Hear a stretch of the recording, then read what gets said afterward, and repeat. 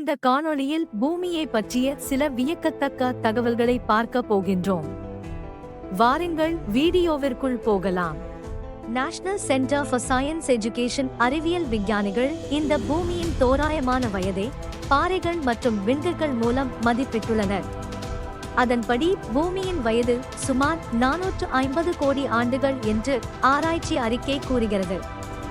இதன் பெயர் எர்த் என்று வந்த காரணம் பழைய ஆங்கில வார்த்தையான எர்தா மற்றும் ஆங்கிலோசாக்சன் வார்த்தையான எர்தா என்பதிலிருந்து பெறப்பட்டது.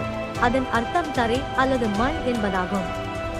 பூமியின் எடை 5.97 பில்லியன் டிரில்லியன் மெட்ரிக் டன். எண்ணி பார்க்கவே வியப்பாக இருக்கும் அளவுக்கு இருக்கிறது அதன் மாபெரும் எடை. பூமியின் சுற்றளவு 12,756 கிலோமீட்டர் ஆகும்.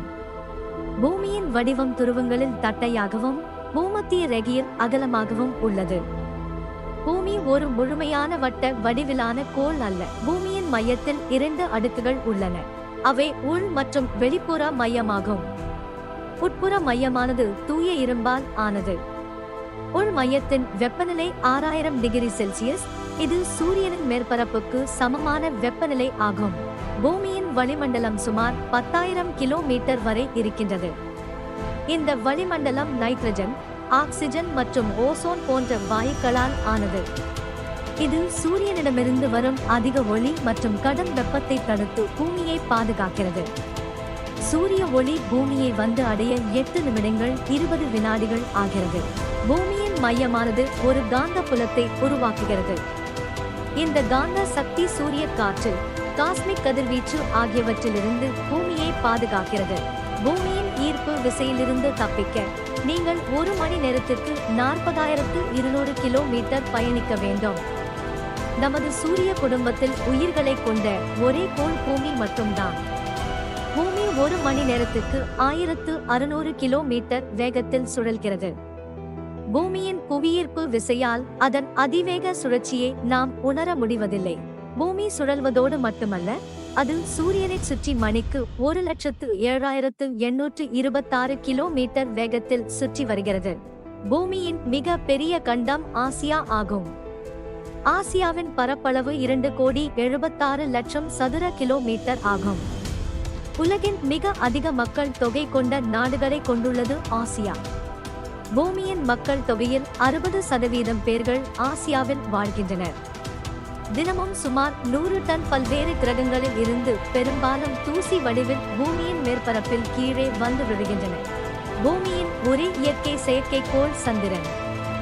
இது சராசரியாக 3,84,400 கிலோமீட்டர் தூரத்தில் சுற்றுகிறது.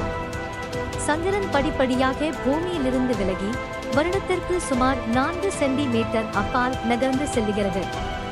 இது பூமியின் சுழற்சியில் குறிப்பிடத்தக்க விளைவுகளை ஏற்படுத்தலாம் என்று ஆராய்ச்சியாளர்களால் நம்பப்படுகிறது.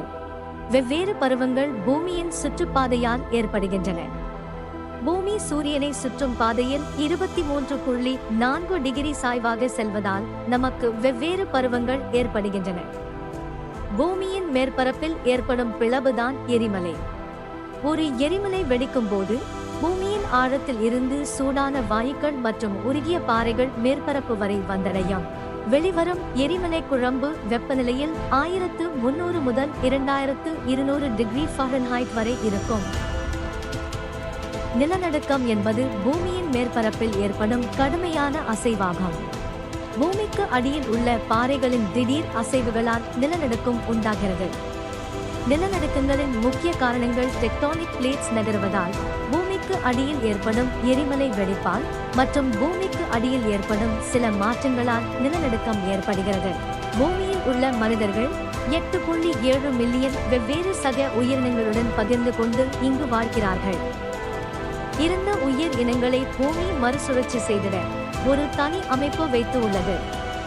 டீகம்போசர்ஸ் எனப்படும் உயிரினங்களின் குழுதான் அந்த அமைப்பு ஆகும். இந்த டீகம்போசர்ஸ் இறந்த மனிதர்கள் முதல் அத்தனை உயிரினங்களின் இறந்த உடலை உண்ணுகின்றது. ஒருவேளை இந்த டீகம்போசர்ஸ் இல்லாமல் போனால் இறந்த இலைகள், இறந்த பூச்சிகள், இறந்த விலங்குகள் மற்றும் இறந்த மனித உடல்கள் எங்கும் குவிந்துவிடும். உலகம் எப்படி இருக்கும் என்று கற்பனை செய்து பாருங்கள். பூமியை பூமியை பற்றிய சில வியக்கத்தக்க தகவல்களை பார்த்தோம். மேலும் பல வித்தியாசமான தகவல்களுடன் மற்றொரு வீடியோவில் உங்களை மீண்டும் சந்திப்போம். நன்றி, வணக்கம்.